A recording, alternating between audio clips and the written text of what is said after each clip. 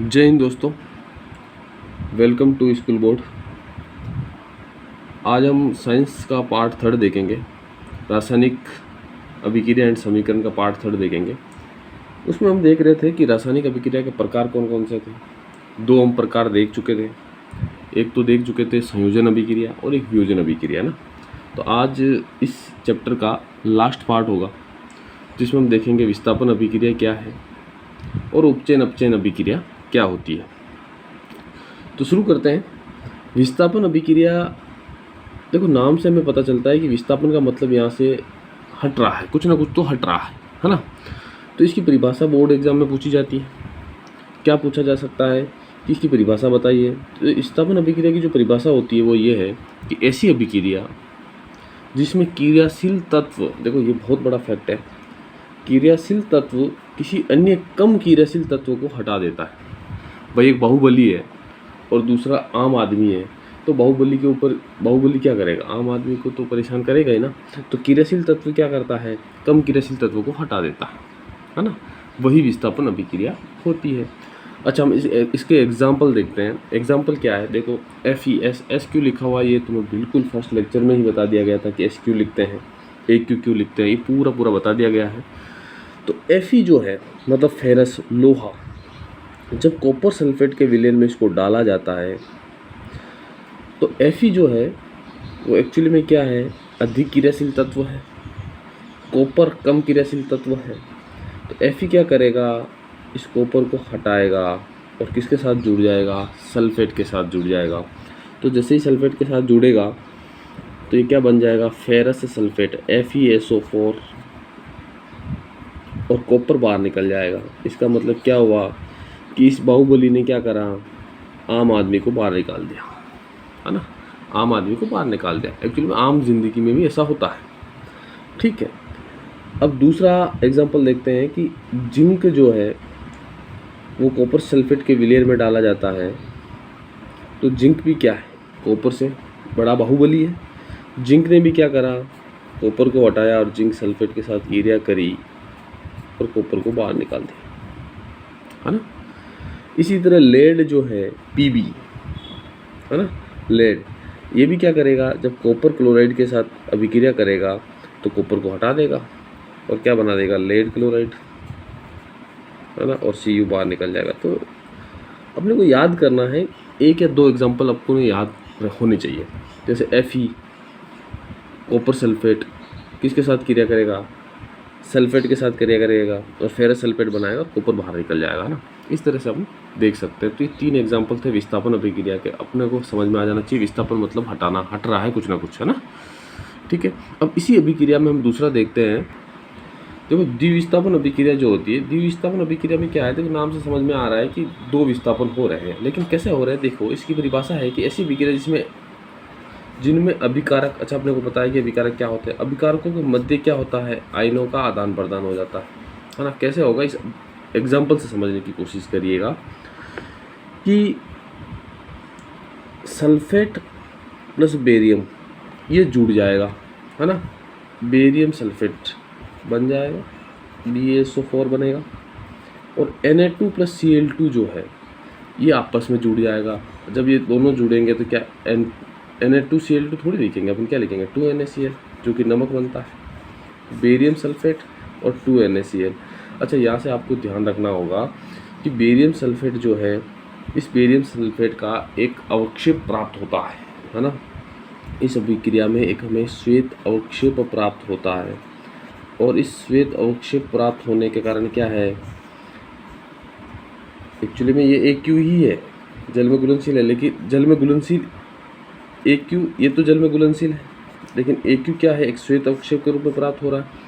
तो इस अवक्षेप को अवक्षेप प्राप्त होता है, इसलिए इस अभिक्रिया को अवक्षेपण अभिक्रिया भी कहा जाता है। क्या कहा जाता है, अवक्षेपण अभिक्रिया भी कहा जाता है, ठीक है।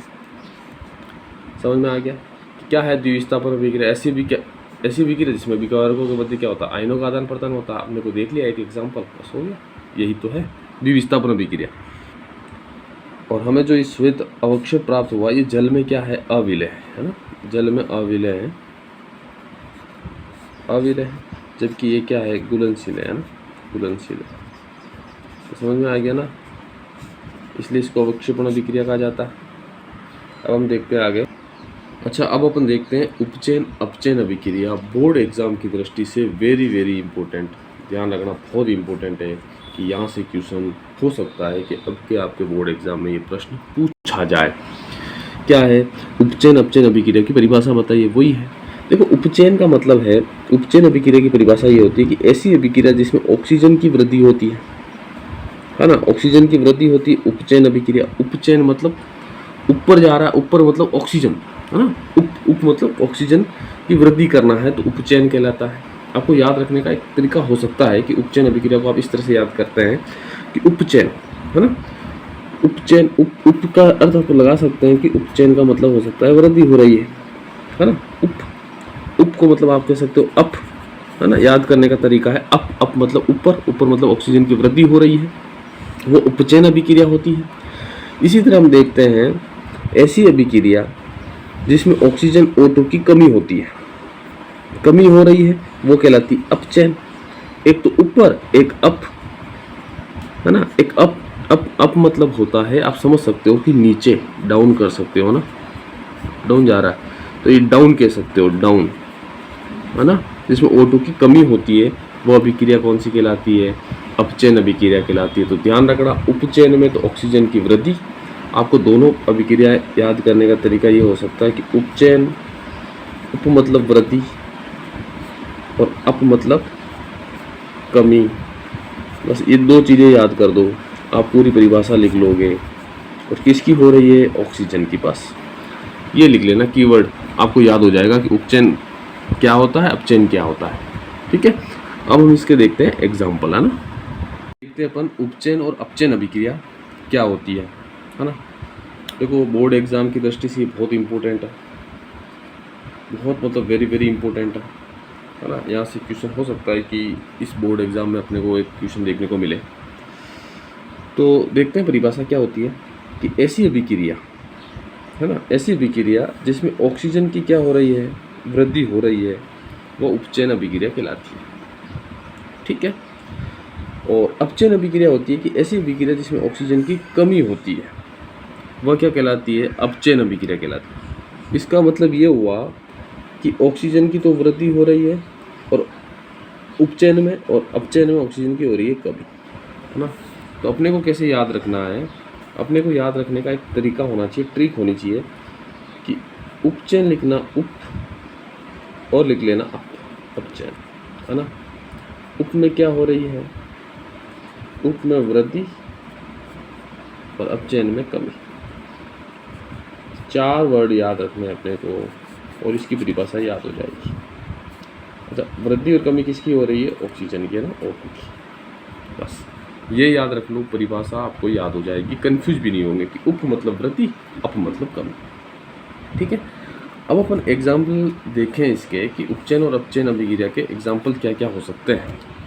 तो देखते हैं 2Cu मतलब कॉपर को जब ऑक्सीजन के साथ अभिक्रिया करवाई जाती है तो ये बनता है 2CuO, है ना। इसका मतलब ये हुआ कि कॉपर के साथ क्या हो रही है, किसकी वृद्धि हो रही है, कॉपर के साथ किसकी वृद्धि हो रही है, ऑक्सीजन की। मतलब ये कौन सी अभिक्रिया हो गई, उपचयन, है ना। ऑक्सीजन की वृद्धि हो रही है इसलिए तो इसको उपचयन कहते हैं। जब कॉपर ऑक्साइड के साथ H2 गैस प्रवाहित की जाती है तो क्या होता है, देखते हैं। ये बनता है कॉपर प्लस H2O, H2O बना।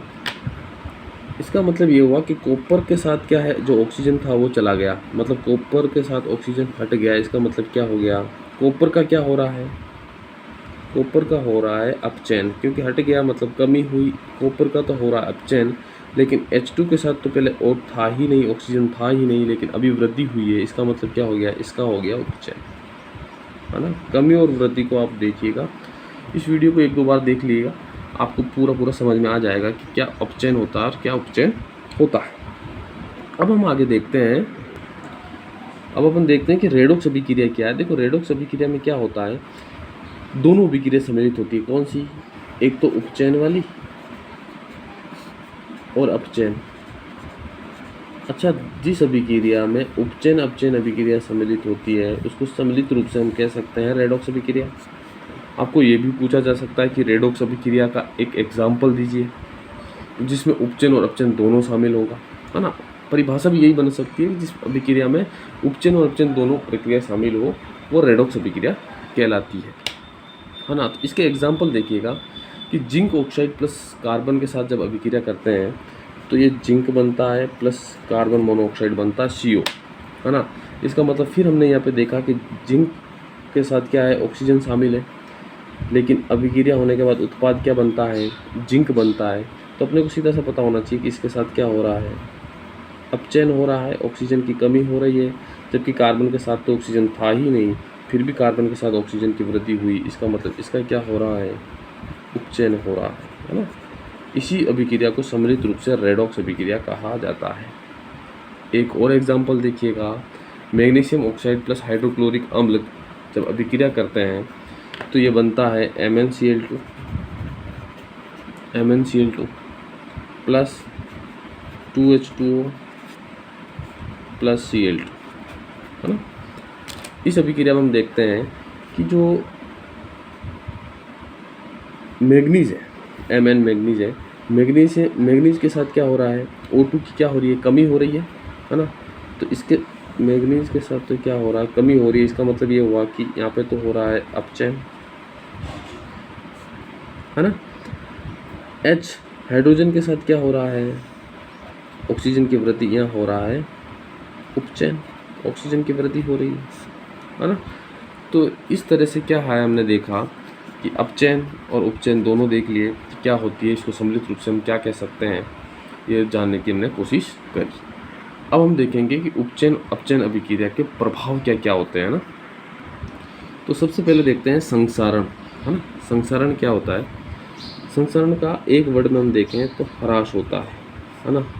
कुल मिला के हमें क्या होता है, इस संसारण से नुकसान होता है ना, नुकसान होता है। देखो क्या होता है कि जब कोई नई वस्तु है, लोहे की कोई नई वस्तु है, चमकीली वस्तु है ना, नई वस्तु होती है तो चमकीली होती है। थोड़े दिनों बाद हम देखते हैं कि जब वो पानी के संपर्क में आती है और हवा के संपर्क में रहती है तो लालिमा युक्त भूरे रंग में कन्वर्ट हो जाती है, चेंज हो जाती है। जैसे लोहे पर जंग लगना, ये संसारण का एक उदाहरण है ना। इससे क्या होता है, हमें नुकसान होता है। जैसे कोई चांदी है ना, संपर्क में आती है हवा के, पानी के, तो इसके ऊपर काली परत चढ़ जाती है। तांबा है, तांबा भी इस तरह से संपर्क में आता है पानी और हवा के, तो हरी परत चढ़ जाती है। अच्छा, ध्यान रखना ये सब उपचयन क्यों हो रहा है। यह अभिक्रिया मैं कह दूं कि ये उपचयन है तो क्यों है, क्योंकि हवा में क्या होता है, ऑक्सीजन मौजूद होता है, O2। तो O2 क्या करता है, इसको लोहे को भूरे रंग में कन्वर्ट कर जाता है, चांदी को काली परत चढ़ा देता है, तांबे पे हरी परत चढ़ जाती है। तो इससे क्या होता है, नुकसान ही होता है ना। तो ये उपचयन अभिक्रिया का एक हानिकारक प्रभाव है। दूसरा देखते हैं विकृत गंधिता, है ना। विकृत गंधिता क्या है, विकृत गंधिता देखें तो जैसे कोई गंध है ना, विकृत गंधिता से हम समझ सकते हैं कि जब किसी वस्तु में गंध आने लगती है, ये भी उपचयन अभिक्रिया के प्रभाव है। देखिएगा जैसे कोई तेल की चीज़ें हैं, कोई वसा है, जब वो ऑक्सीजन के संपर्क में आती है तो उसमें गंध आने लग जाती है ना। ये उपचयन अभिक्रिया की क्या है, एक इफेक्ट है। जैसे हम चिप्स खाते हैं, उस चिप्स में क्या होता है, अगर ऑक्सीजन गैस के संपर्क में आता है तो वो क्या है, थोड़ी गंध आने लग जाती है। इसलिए इसमें क्या करते हैं, चिप्स के पैकेट में जो हवा भरी जाती है उसमें नाइट्रोजन गैस भरी जाती है ताकि उसका क्या हो, उपचयन ना हो, है ना, उपचयन ना हो। अगर उपचयन हो गया तो क्या हो जाएगा, गंध आने लग जाएगी उस चिप्स में, है ना। इस तरह से हमारा क्या होता है, ये जो चैप्टर है ये हमारा होता है कंप्लीट, है ना। ये हमारा चैप्टर क्या होता है, फर्स्ट जो पार्ट फर्स्ट है NCERT का, जो कि RBC बोर्ड एग्ज़ाम में चलता है। हिंदी मीडियम की जो भी स्कूलें हैं उन स्टूडेंट के लिए ये चैप्टर यूज़फुल रहेगा। इस तरह से हमने साइंस का फर्स्ट चैप्टर क्या कर दिया, आज कंप्लीट कर दिया है। वीडियो अच्छा लगे तो लाइक करें, सब्सक्राइब करें और अपने दोस्तों के साथ शेयर ज़रूर करें ताकि ये वीडियो ज़रूरतमंद बच्चों तक पहुंच सके और उनका भला होगा ना, उनका भला होगा। क्योंकि वो कुछ सीखेंगे है ना चैप्टर से। बहुत बहुत धन्यवाद।